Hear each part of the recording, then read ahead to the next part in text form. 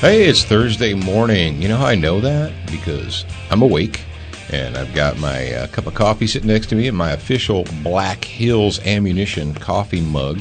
It's kind of a crock of coffee, if you could say that. Got up early this morning. I hit the House of Pain, did a little bit of calisthenics, ran around. It was cold in the House of Pain this morning. Those mats, when it gets chilly in the House of Pain there, in Fight U, those mats get hard. Did you know that, Jared? Yeah, usually when things are colder, they kind of tighten up. They get harder? Yeah. It's not always the case, but often it is the case. Anyway, I actually ran around the gym to warm my feet up. That's why I was inspired to run, so I didn't have to stand still on the cold mats. How silly is that? But we got that done. I got it knocked out, got myself some. Jared came in early this morning, and is that a new grill, a new skillet? Was that a Christmas present? Oh, yeah. Jared cooked breakfast this morning. Yeah, I didn't have to cook breakfast at the house, so I just came in here and brought some eggs and some oatmeal. I worked out, and I had a good healthy breakfast, and so now it's time to talk to you hippies. All right, so good morning. Whether you're commuting, whether you're on the treadmill, whether you're in your cubicle with your earbuds on, whatever you happen to be doing, hello and welcome back to Student of the Gun Radio. I am your host, Professor Paul Markel, and thank you for joining me. And, of course, on the other side of the glass, on the outside of the glass case of motion. You know what I was told, Jared? I was told by one of our fans that the glass case of motion will soon be a famous location.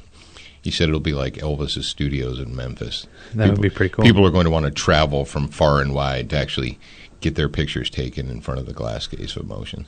It actually is the glass case of motion. And when that starts happening, we'll have a. Then we'll get the glass with the tinted picture of you on there. That's pointing and saying, "What's up, hippies?" or something. And they just stand next to it. Yeah, it's like Disney World. But the voice that you're hearing, besides mine, is Jared. He is the producer of the show. He is the guy who works all the buttons and levers and sometimes I just smash them. Controls the monitor. Yeah. If I don't know what it does, I just smash it. And did you see what I just did there, Jared? I introduced myself to the audience, and then I introduced you so that they would know the difference between the two voices. That's what you do when you have a professional radio show. You introduce everyone so that the audience doesn't have to ponder or wonder who it is that's speaking. So, yeah, not everybody does that. In the future, if you ever find yourself co-hosting a radio show, make sure that they tell the audience who it is. Okay. If they don't, then I'll tell them. Okay, there you go. So is it a deal? Yeah, that's a deal. And that's a little insider joke for you guys. Some of you will get it, some of you won't. If you don't get it, I don't know what to tell you. Just you have to listen louder. And sometimes you guys need to actually listen to the shows before you ask the questions. So not all the time. Every once in a while someone will send in a question based on the title of the show. And I have to say, or Jared has to say, did you listen to the show? Yeah, usually when we title the show, we actually talk about that topic in the show. Speaking of which, I know that's a groundbreaking way of doing things, but I need to title this show. Let's call it ISU, We Changed Our Minds, or We Don't Need Guns. How's that sound? ISU. Oh, yeah, okay. Yeah, we're going to talk about need guns. Oh, folks, welcome back, and thank you for joining us. We're, of course, on day 4 of this week. 4 days worth of public broadcasts, and then Friday is the grad program hour. If you are a member of the grad program, thank you very much for being out there. We appreciate your support. We appreciate you going that little extra mile. Do we know what we're going to be talking about tomorrow? Let's give them a little teaser. Scroll down. We are so bonus hour. Personal questions. We're so cutting edge. It's Thursday now, and we don't even know what we're going to talk about on Friday. You know why? Because there's so stuff much keeps happening, and every day I think, okay, the show notes are done, and then I look at the news, or people send us updates, or they send us stories. They're like, dude, did you see this? Did you hear this stupid thing that these people are saying? And I'm like, oh, Lord in heaven, now I have to talk about that. So sometimes, believe it or not, I told you guys this months ago, maybe more than months ago, I don't know.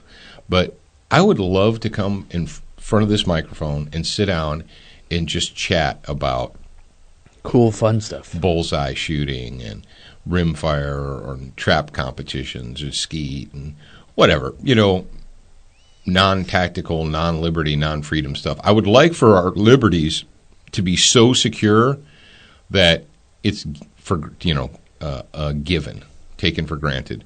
Now, we don't want to take our liberties for granted, and we can't take our liberties for granted. That's why we have to constantly defend them. Because believe it or not, there are people, not foreigners, not people on the outside of the United States of America, that want to take our liberties away and don't think that we need to have all that freedom and all that liberty. There are people within the borders of the United States who just think that you have way too much freedom going on out there. You got way too much liberty because you can't be. Remember this. When someone tells you that you shouldn't be allowed, or that we need to ban this or to ban that or restrict this or restrict that, what they're basically telling you is this. They're telling you that you as a peasant can't be trusted. You're not intelligent enough. You're not competent enough. You're not responsible enough. You can't control your own animalistic behavior. And because of that, we need to restrict what you're allowed to own and touch and purchase and look at and see. We have to restrict the images on paper that you're allowed to shoot at because you can't be trusted. Now, the elitists, the ruling class, that doesn't count for them. Remember that. It only counts for you. Do you like being condescended to? Do you like when someone sits up in their little ivory tower and tells you that you are a plebe, that you're irresponsible, that you're so stupid that you can't be trusted to make the right decisions? That a government body needs to sit in a building hundreds of miles away from you and make decisions for your day-to-day life because you're just too stupid to do the right thing. So we have to force you to do the right thing. You like that? You like that? I don't like it, and that's why I'm here. That's why this morning I'm sitting in the glass case of emotion, trying to trap all my emotions inside of here. It doesn't always work. Sometimes they escape. If you open the door, they usually escape. Yeah, the emotions. Which, if you guys, escape. I don't remember which day it was this week. The bonus hour? Yeah, was it? Yeah, I think it was the bonus hour. Yeah, I can only do that during the bonus hour. Yeah. Because I said adult. I had used adult language. Do you know why I can use adult language? Because it's your show? Because I'm an adult. Oh, because you're an adult. Because I am an adult. And yeah, the bonus hour is big boy, big girl hour. If your panties are easily twisted and you've got some sand down there in your parts, you might not want to listen because it might offend you. But Jared, tell them what did your coach John Dixon when you complained? What did he tell you? He gave you a magical cure. Yeah, he gave me a cure, and I'm going to tell you exactly where to find that cure. And this is, I was laying on the mat one day after I thought I was injured. Maybe I really was. I don't know. But he came up to me, and he was all serious. And I was laying on the mat looking up, and he came down, and he put his hands on his knees, and he looked over me, and he said, all right, Fedor, this is what I need you to do. He's like, I'm going to tell you how to fix this. And I was like, okay, I'm listening. I thought he was going to be serious, and he was like, okay, I need you to go to Walmart, aisle 4, third shelf down, pick up a tube of Vagisil, and apply it to the affected area. And I was just dumbfounded. I was not ready for that to come out of his mouth. But there you go. That's how you fix your problem. Oh, well, I'm sure that you were so offended by his lack of concern that you quit right then and never went back to that gym again. Yeah, actually, I quit, and then I started playing fantasy MMA. Yeah, that's what you do. Yeah. Oh, cool, because you don't have to sweat and you don't get sore muscles when you do fantasy MMA. Yeah. And I still can talk about it like I know exactly what. Yeah, you can get on chat rooms and forums. Yeah. Heck, if you knew how to use WordPress, you could probably start your own website called thetruthaboutmma.com. And even though you don't actually do it and you're not a skilled fighter, you're an enthusiast. If you're an MMA enthusiast, then what you can do, and you have, if all you need to be an expert in America today is you need to secure a domain name. And if you guys don't know what that is, ask your grandkids. Secure a domain name, have a better than average understanding of WordPress, and you can be an expert in any field. I think I might want to be, I think next week I might be a rocket scientist or a rocket surgeon. That's funny. Dude, right now, look up rocketsurgery.com and see if that domain name is It's taken. got to be taken, but I'll look it up. Rocket surgery? Okay. But if rocketsurgery.com is not taken, then yours truly will probably own that domain name. But Rocket Surgery Productions. It's hey, that's competition for me. What? Rocket Surgery Productions? Yeah. It's a production company. But is it rocketsurgery.com? Yeah, rocketsurgery.com. Oh, okay. We'll forget those guys. All right. But anyway, enough comedy, enough kidding around. It's time to get into the meat. All right. That's what somebody said. All right, so here we go. We've got we've got our good friends at SWAT Fuel, SWATfuel.com. Hey, all of you guys, all of you grad program members, want to be grad program members, people that want to be fit. First of all, congratulations to Ryan Hepner. Ryan was the winner of the Get Fit in 2015 giveaway. He didn't have to do anything but be an active member, an active subscriber to studentofthegun.com. He went there, put in his name, and he won a bottle of 9mm Plus P, the 9mm Fat Burner. The Plus P is the endurance formula, Fat Burner, 40 cal vitamins, T-shirt, what else? T-shirt, wristband, stickers, all kinds of little cool gadgets and gadgets and swag kind of stuff. And so congratulations to Ryan. And the other thing that we're doing with SWAT Fuel, we kicked it off at the very beginning of January, is the SWAT Fuel Challenge. And I'm coming to you guys to tell you that I'm really pleased. I'm really happy. I've been monitoring the Facebook event site. It's a SWAT Fuel Challenge on Facebook. It's an event. And also Instagram. Lots of you folks out there have gotten motivated. You've gotten dedicated. One of our fans yesterday put up a picture, and he was in a gym, and he said, what did he say? The New Year's crowd The New Year's crowd died down, and I was thinking, that was quick. That was quick. It's been 2 weeks. The resolution crowd is gone already, and it's not even the end of January yet. Wow. Speaking of, way to discipline yourself. I know yesterday, Wednesday, was the SWAT Fuel Fitness Tip Day, but I have another fitness tip today, and it is don't involve yourself in fantasy MMA. That's my fitness tip. Or fantasy football or fantasy anything. How about you focus on reality? Hey, no, reality's scary. Yeah. Reality then scares me. you actually have to do something. That's right. You might have to sweat. You might get a little sore. Your guns might get dust on them. And we don't want that. We don't want that.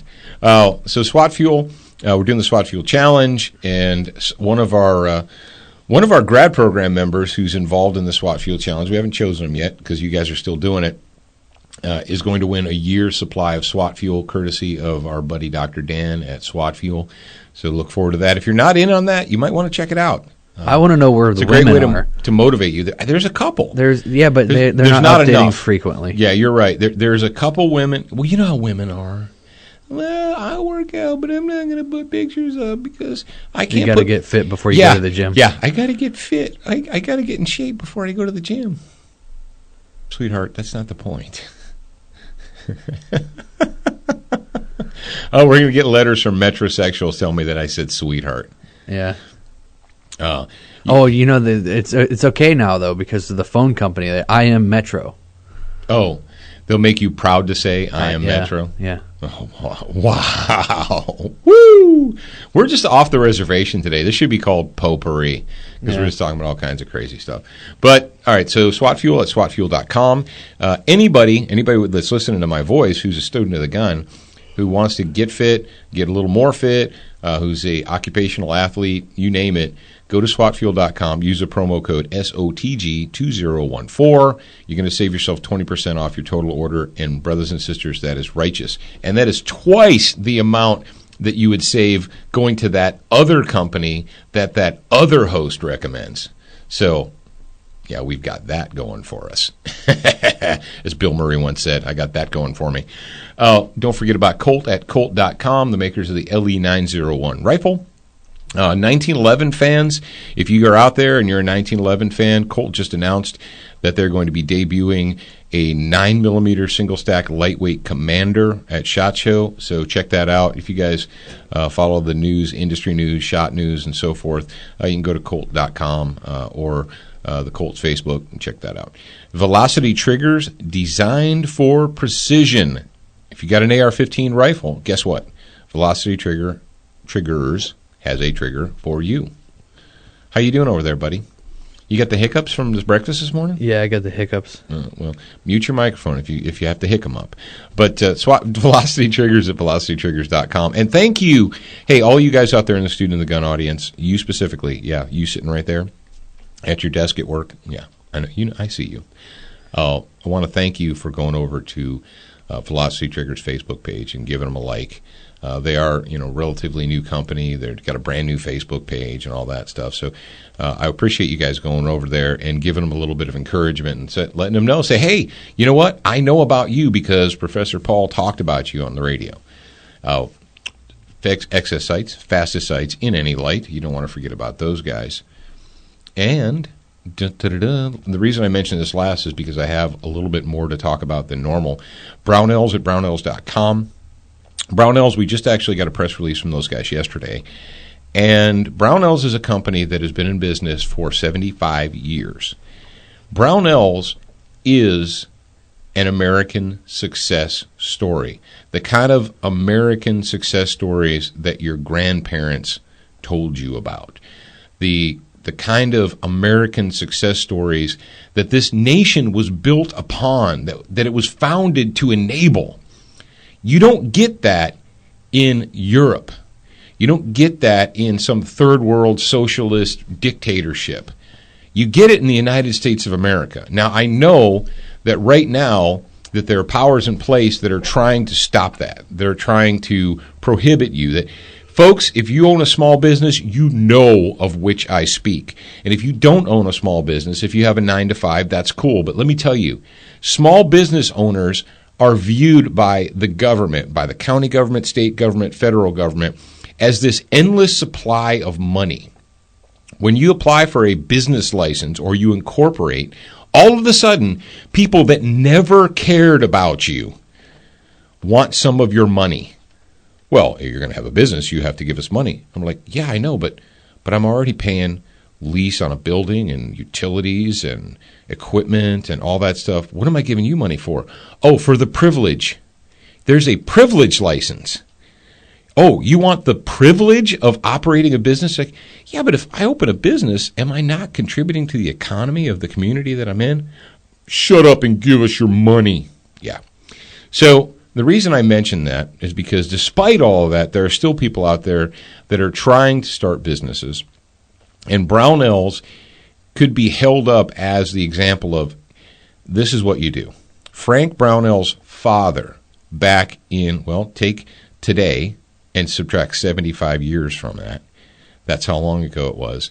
He decided that there was not there wasn't a good catalog company or a good company out there to provide equipment, the necessaries for gunsmiths. There wasn't a one-stop shopping center for people that wanted to be a gunsmith. And so Grandpa Brownell, and forgive me, Frank, for not remembering your dad's name, but he started the company basically in his basement. And it was him and his wife did the books.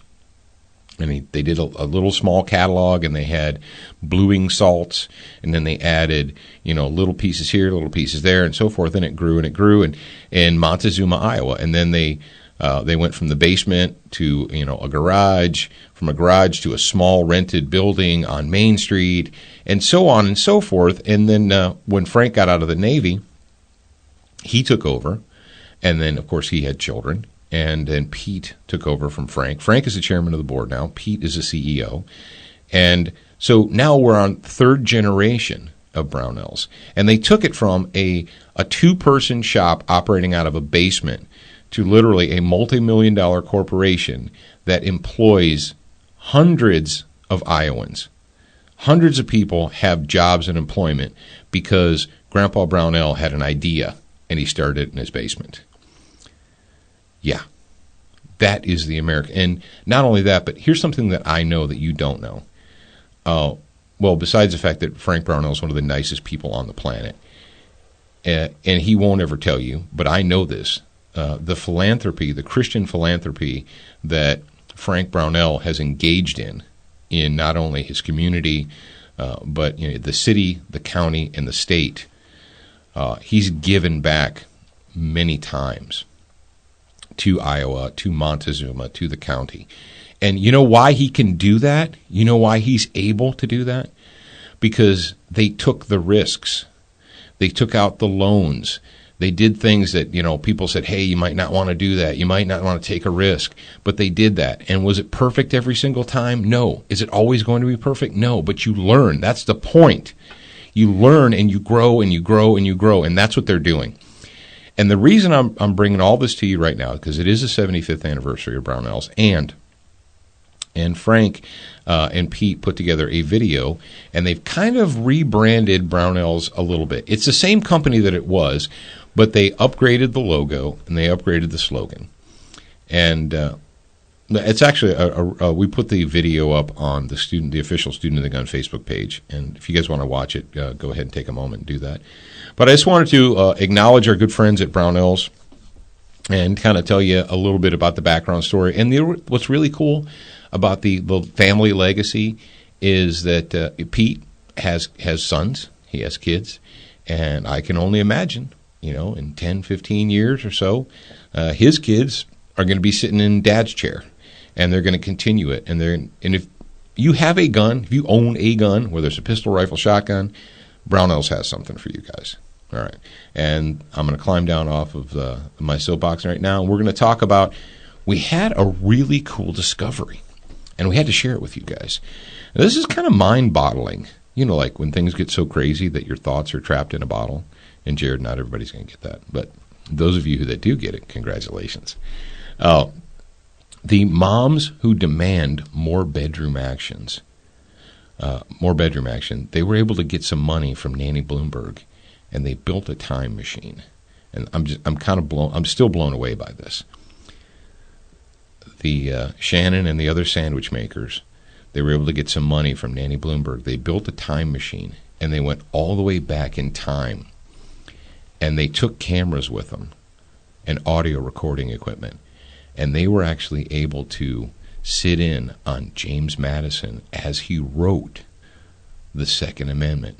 And so Shannon brought this tape back, and she wanted to let us know that this is really what James Madison was thinking when he wrote the Second Amendment to the Constitution of the United States. And we're going to let you guys listen, so perk up your ears. Here it comes.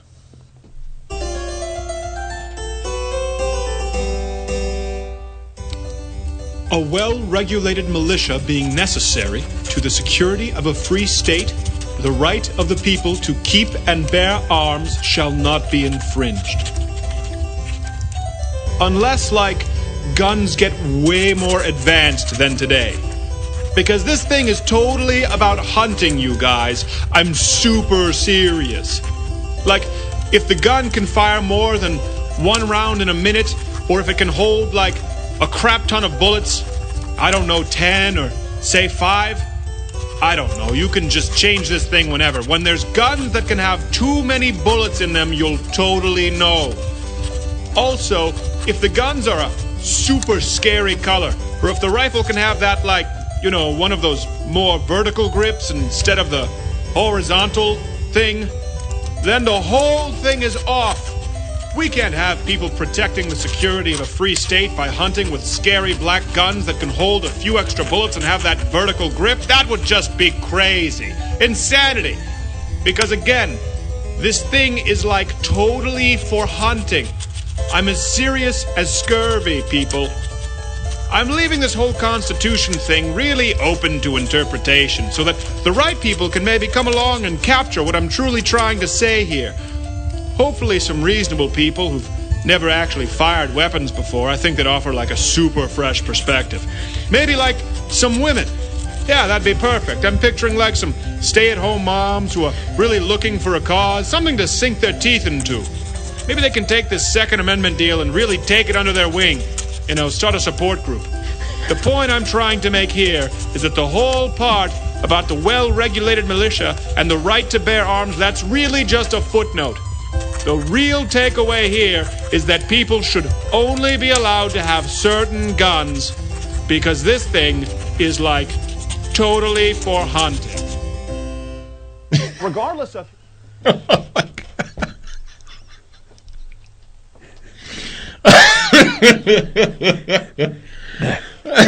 This dude, look up his YouTube channel. It's Steven Crowder. Yeah. Steven or Steven Crowder, like crowd ER. Yeah, or louderwithcrowder.com. Louder with a Crowder. Yeah.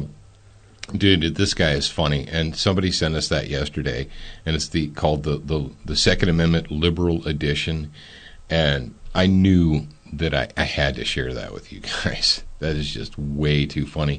And you know what's really kind of sick and twisted is that the sandwich makers, that's their mindset. That's their mentality. It's like, well, James Madison and the Founding Fathers, they could have never envisioned AR-15s and black rifles, and they're scary and hold lots of bullets and stuff because it's totally about hunting. And how many times have we told you to beware of the pseudo-conservatives, of the rhinos, of the people that, the douche nozzles like Kumo up there in New York that'll go out and right before election time, they put on their orange and brown Carhartt hunting suit. And they go out there and they take an over-under and they shoot at some pheasants. And they're like, oh, look at him. He's pro-Second Amendment. Pheasants or peasants? Yeah, whatever. Same thing. Either one. Oh, look, him. He's pro-Second Amendment. He's out shooting pheasants. Oh, well, that definitely means that he's going to support my right to keep and bear arms, right? Dude, if I see one more politician with an over-under, I don't dislike over-under shotguns. I own one. I've used several. But the fact that they're used as this tool, as this prop by fakers and phonies to try and fool the only half paying attention people. The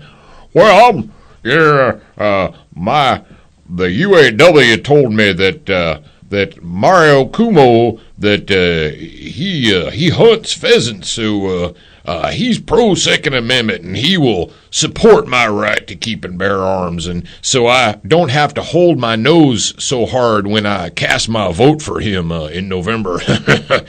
Really, are you that stupid? But apparently a lot of people in America are that stupid because people like Kumo have jobs, which is a shame, but it happens nonetheless. We just thought when we got a hold of that, I told Jared, I said, there's no way we cannot share that with the fans. Now, the title story for this day's episode, is ISU, we don't need guns. And we could have changed it to, we don't need no stinking black rifles. Like, what are you talking about here, Paul? Well, the story comes to us from www.KTVB. Well, that's a lot of T's and V's and B's. Why don't they put some P's and C's and D's in there, too? But anyway, it's KTVB.com. And the dateline is January 12th, 2015. Idaho State University cancels order for AR-15 rifles. You're like, oh, what's going on? What did they find out? Pocatello, Idaho. Idaho State University has canceled an order for 11 AR-15 rifles. Ooh, 11. Oh, that's going to set somebody back. 11 AR-15 rifles. Associate Vice President for ISU Facilities, Phil Mosner, says the school canceled the order in December. Mosner says the school ordered the weapons in August to have them on hand should an active shooter appear on campus. All right, stop the presses. They ordered the guns in August and still in December had not received them yet and decided to cancel the order. Jared, I did go to public school. Well, I went to public and parochial school. August, September, October, November. How many months does it take for anyone, any wholesaler, to deliver a whopping 11 rifles? Apparently, this one takes at least 3. Were they just pouring the aircraft grade aluminum into the mold, or what? Do you know how many black rifles, surplus black rifles, and I say surplus, I mean extra black rifles, 2 years ago, you couldn't find one. Now, there's so many that they don't know what to do with them. If you can't go out today, well, if you're in free America, if you live in a slave state, I'm sorry for you. But if you're in free America and you can't go out today and take your pick of one of dozens of black rifles, I don't know where you're living. But, yeah, okay, besides the kind of weird retardation in that story, they ordered them in August, but they still hadn't received them in December. Some salesman is going to lose their job. That's what I'm going to go ahead and say. We want to order 11 AR-15 rifles. Oh, okay, it's August now. We'll probably be able to deliver those sometime in the new year, say January, February timeframe. What? That's part of the stupid that's in that, but that's not the biggest stupid. Okay, so they said originally that they wanted campus police to have these evil AR-15 rifles in case there was an active shooter on campus. But Mosier says officials on second consideration decided it would be better if local law enforcement officials, rather than campus security, dealt with an active shooter should that situation arise. Mosner tells the Idaho State Journal, wow, the paper of record in Idaho, the Idaho State Journal, that the school might have to pay for some of the cost of the gun. Yeah, it's called a restocking fee. They charge you when you place an order and you say, I changed my mind, I don't want those. They charge you a restocking fee. That's so how your tax dollars are going to literally nothing. So you people who send your kids, your little crumb crunchers, to Idaho State University, they decided that he didn't provide an estimate. End of story. Okay. It's a short story, but it's worth noting because, well, of all the stupidity that's inside of it. Now, we posted this on Student of the Guns Facebook, and people jumped in, and they jumped in from all angles. They're like, first of all, they're like, well, that's freaking stupid. So what are you going to do? Or do they have other kinds of guns? See, that's the question, Jared. It's like, is it a situation where they're either going to have AR-15s or nothing? Well, I don't know what their campus security has now. Well, that's the thing is like, okay, you have the campus police, right? The guys that go around and give tickets to the frats when they make too much noise and underage drinking citations and stuff like that. Tell you to turn your stereos down. Those guys. So you got those guys, and they were going to give them AR-15s. We know where in the story does it say what brand or who was going to what kind. Or it doesn't really matter. Black rifles, a stoner-based design, and so do they carry guns currently? And you need to ask yourself, like, okay, so are they competent enough to use the pistols we let them have, but when it comes to those big, black, scary, evil rifles, well, they can't be trusted with those.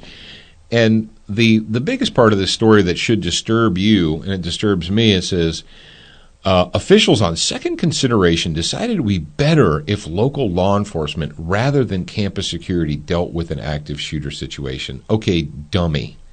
Moron. And here we go again. We just have, and there's nobody's name is on this story. It's an Associated Press story written by apparently a computer or a phantom or something. I like how nobody attaches their names to stories because they might have some responsibility for it or whatever. It's a staff writer. There you go.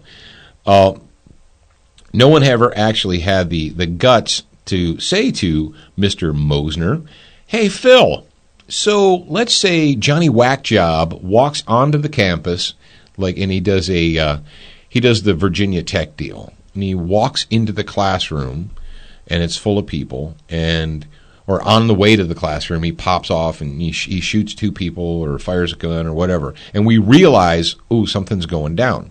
So someone hits 911, and they put in a call. All right, cool. Let's say that the call gets placed and that the dispatcher actually knows where to send people to. Because campus, a college campus is a large area. Just saying there's a man loose on the campus is not really going to help. How big is your local college campus? If I said there's a man with a gun on your local college campus and you're an agency that has, let's say, at any one point in time, you got 12 men on duty, which is a lot for most cities to have 12 cops on duty at any time. We're not talking about Chicago or New York. And you send 12 people hot-footing it over to the campus. How long would it take to find the actual guy with the gun? Probably a long time, right?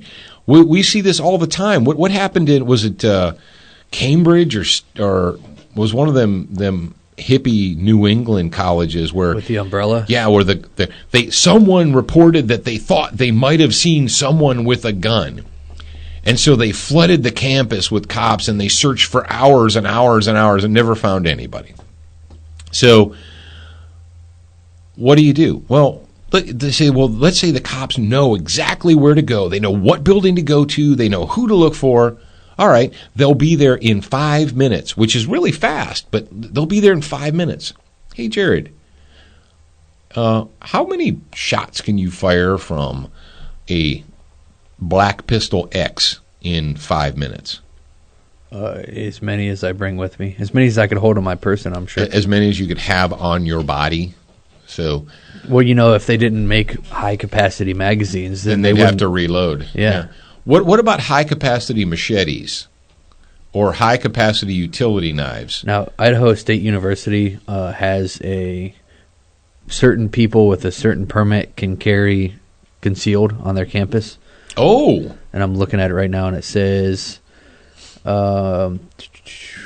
one of the frequently asked questions was, when the new law takes effect on July 1st, 2014, will everyone be carrying guns on campus? No, firearms and other weapons remain banned except for people that have this special concealed carry permit. And then it says who can carry a concealed. It says only those persons who have been issued an enhanced concealed carry permit under Idaho Code Section 18-330. Holy crap, Idaho has the quote-unquote enhanced concealed carry? Yeah. Wow. And then it said, listen to this. It says, this is a question, will guns be allowed everywhere on campus? The answer is no. The new law forbids carrying of weapons in campus housing and in any auditorium or similar venue seating more than 1,000 people. Well, nothing bad will happen there. That's a green zone. And the housing, really? Like how? Nothing bad they can will carry happen in it student on housing. the campus, but they can't take it back to their housing. They can carry it in the school. You're just a crazy radical that wants people to have guns. And it says the concealed carry, or it says that the firearms are basically this policy only covers firearms. It says it does not cover other weapons. So you can carry a gun, but you can't carry a pencil or a knife. Or a knife. Or if they catch you with a knife, you're in trouble. Yeah, actually there are still laws like that in the United States that it's a concealed handgun permit or a concealed pistol permit, not a concealed weapons permit. So there are actually places in America that you can lawfully carry a G-Lock, right? You got a G-Lock 19 in a super cool Ninja Kydex holster, but if they find you with a folding pocket knife whose blade length is more than 4 inches, then you're in trouble. You're like, what? Or, I got one. You can have a gun, but you can't have an automatic knife. You can't have a knife where you push a button and the blade comes out. Because you know how dangerous that is? Yeah, it's way more dangerous than the G-Lock with 16 rounds of Hydershock in it. Yeah. Okay. Hold on. One of the things that annoyed me with people that were commenting on Facebook was that a couple of the arguments were, and it might not just been on Facebook, but a couple of the arguments were the people that the campus security isn't competent anyway, so they don't want the campus to have the. Yeah, then they're like, well, they can't be trusted with the guns. Have you seen these guys? Yeah, but how about you focus on training the people instead of taking away or not getting them the tools to secure the That's the exact campus. same argument that hippie liberals say about you. When you say, you don't want them campus security guys having guns anyway because they're all morons. That is, when Nanny Bloomberg and Shannon the sandwich maker, when they look at you, the average gun-owning person, they say, I don't want that moron having a gun. He shouldn't be allowed. You can't be trusted. You're not a competently trained professional like the NYPD. All right, am I allowed to say that? It's like, my guns haven't negligently shot 9 people on the street, but I digress. You want to give him we're going to give you a nice shot, and then we're going to wrap it. So give me the nice shot, brother.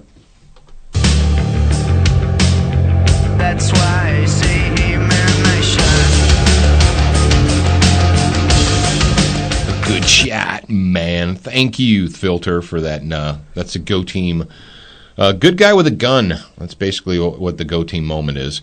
And this story, the reason I decided to drop into the show notes is because one of our fans shared it with us. I think it was on Twitter. I'm pretty sure they tagged the story at Student of the Gun on Twitter. So that was pretty cool. And I wanted to show my appreciation to you guys for doing that. And it comes to us from WISN.com. That's Wisconsin. Dateline, Milwaukee. A robber was shot and killed at a Milwaukee barbershop Friday afternoon. The robbery happened around 12:30 p.m. at the Level Up Barbershop and Auto Body Repair near 31st Street and Cameron Avenue. A co-owner of the store, who asked only to be identified as Ty, talked about the fatal shooting and the attempted robbery. He asked some questions about how much a haircut cost, then went into the bathroom, put on a mask, and gets his gun ready or whatever. So the dude walks in without a mask on. This is a genius at work here. He walks in without a mask on, talks to the people, goes into the bathroom, puts on a mask, and comes out of the bathroom with a gun. It's like, who are you? What happened to that other guy that went in the bathroom? Is he still in there?